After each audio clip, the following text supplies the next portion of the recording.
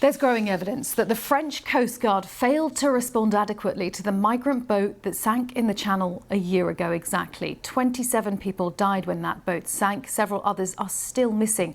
Only 2 passengers survived it. Documents seen by the BBC suggest that French operators repeatedly told passengers to call the UK. Despite evidence, they were sometimes in French waters. Our Paris correspondent Lucy Williamson has this report from northern France. Tragedy has changed little on the Channel. 1 year on, the flow of migrants has only increased. The deaths of at least 27 people didn't even change the cost of a passage. The risk of disaster already priced in. Twana was 18 years old when he called coastguards from the sinking boat a year ago, a young footballer from Iraqi Kurdistan. His body has never been found. His brother, here in France to help the investigation, said his advice was always, if you're in trouble, call the police. The 2 survivors confirmed they were constantly in touch with French and British authorities, continuously sent them their location. After reading the legal report, I found that their phone calls were dismissed and answered with mockery. These people were not viewed as human beings.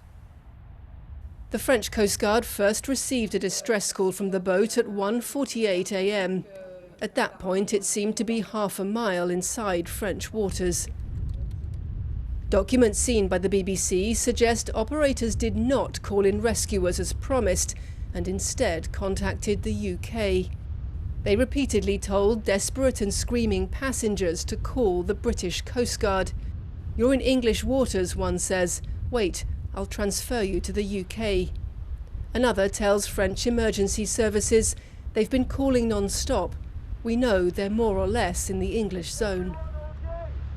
Boats in trouble can drift between French and British waters, complicating the rescue response. I believe that vessel is now in UK waters. Do you agree? And there are warnings that resources are increasingly stretched as small boat crossings rise. Les sanctions seront prises. France's Sea Minister told Parliament that any negligence found by the investigation would lead to sanctions. There are people here who say this was a disaster waiting to happen, and it's not the only time desperate passengers have been passed back and forth between rescue teams in Britain and France.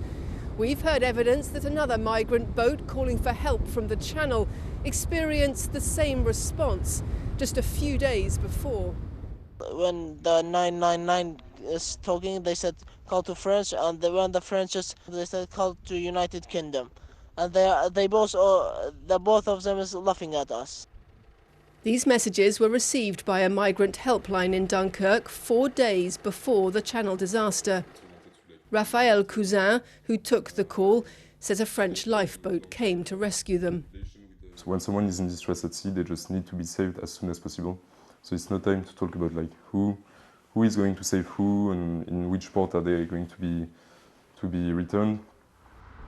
1 year on from the Channel disaster, investigators have yet to report their findings, as each month thousands more steer their way between trust and tragedy, aiming for British shores. Lucy Williamson, BBC News, Calais.